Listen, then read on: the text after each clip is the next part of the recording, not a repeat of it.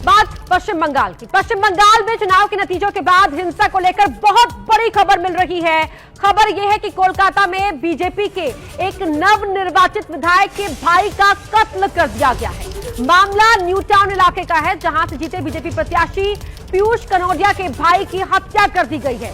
बड़ी खबर आपको बता रहे हैं, विधायक पीयूष कनौजिया के भाई का मर्डर कर दिया गया है। यहां पर लगातार चुनाव के परिणाम सामने आने के बाद से ही हिंसा यहां पर अलग अलग जगहों पर देखने को मिल रही है। बीजेपी टीएमसी पर, टीएमसी बीजेपी पर इस हिंसा के लिए आरोप लगा रहे हैं, तो वहीं चुनाव आयोग सख्त हो गया है। लेकिन अब ये खबर मिल रही है कि बीजेपी के नवनिर्वाचित विधायक के भाई की हत्या कर दी गई है। मामला न्यू टाउन इलाके का है, जहां से जीत कर आए हैं बीजेपी के उम्मीदवार पीयूष कनौजिया। उनके भाई की हत्या कर दी गई है। ये बड़ी खबर आपको बता रहे हैं। पश्चिम बंगाल में चुनाव परिणाम के सामने आने के बाद से ही अलग अलग जगहों पर हिंसा देखने को मिल रही है। बुलडोजर से यहां पर टीएमसी के दफ्तर में तोड़फोड़ की गई है। ये तस्वीरें जो आप टीवी स्क्रीन पर देख रहे हैं, ये उसी दौरान की है। बहुत दुख की जनक घटना है।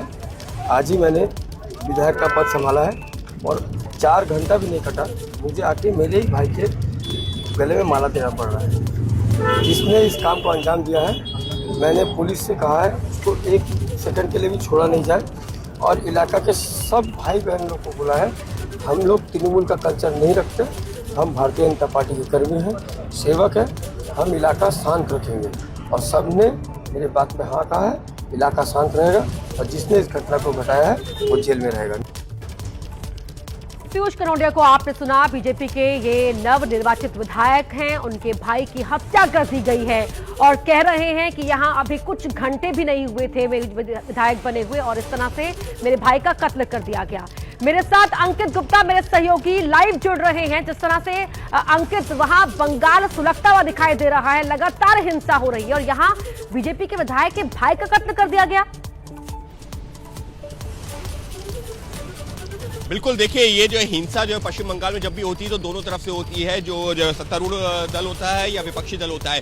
पिछले विधानसभा चुनाव में भी देखा था कि जब विधानसभा चुनाव हुए थे या पंचायत चुनाव हुए थे तो उसके बाद किस तरीके की हिंसा हुई थी, और जब हिंसा होती है तो दोनों तरफ से आरोप प्रत्यारोप का सिलसिला भी चलता है। और फिलहाल इस बार भी जो अभी ये हिंसा की तस्वीरें सामने आ रही हैं, घटनाएं सामने आ रही हैं, दोनों तरफ से तृणमूल कह रही है कि हमारे कार्यकर्ताओं को मारा पीटा जा रहा है, उनकी जान ली जा रही है, तो बीजेपी का भी यही आरोप है कि तृणमूल के कार्यकर्ता जो हिंसक प्रदर्शन में शामिल हैं और वो हार की खींच मिटाने के लिए इस तरीके के हमले कर रहे हैं। तो आरोप प्रत्यारोप भले ही जारी हो, लेकिन जिस तरीके की तस्वीरें सामने आ रही हैं, निश्चित तौर पर ये तस्वीरें लोकतंत्र के लिहाज से अच्छी नहीं कही जा सकती हैं। हालांकि चुनाव आयोग ने अपनी तैयारी की हुई है, बाकायदा जो यहाँ पर जो बड़ी संख्या में जो सुरक्षा बल है, केंद्रीय सुरक्षा बल है, उसको तैनात किया गया है।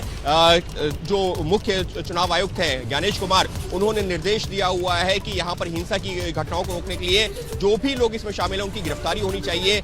चीफ सेक्रेटरी हो, डीजीपी हो, पुलिस के अधिकारी हो, सबको निर्देश दिया गया है। लेकिन उसके बावजूद नतीजे आए हुए अभी 36 घंटे का ही वक्त हुआ है और इस तरीके की तस्वीरें निश्चित तौर पर जिस तरह से आपने बताया भी कि बंगाल की जो राजनीति का कल्चर ये रहा है हिंसा का, और हमने देखा कि चुनाव के दौरान जो सेंट्रल फोर्सेस डिप्लॉयड थी उसकी वजह से वहां पर काफी हद तक हिंसा पर लगाम लगी रही।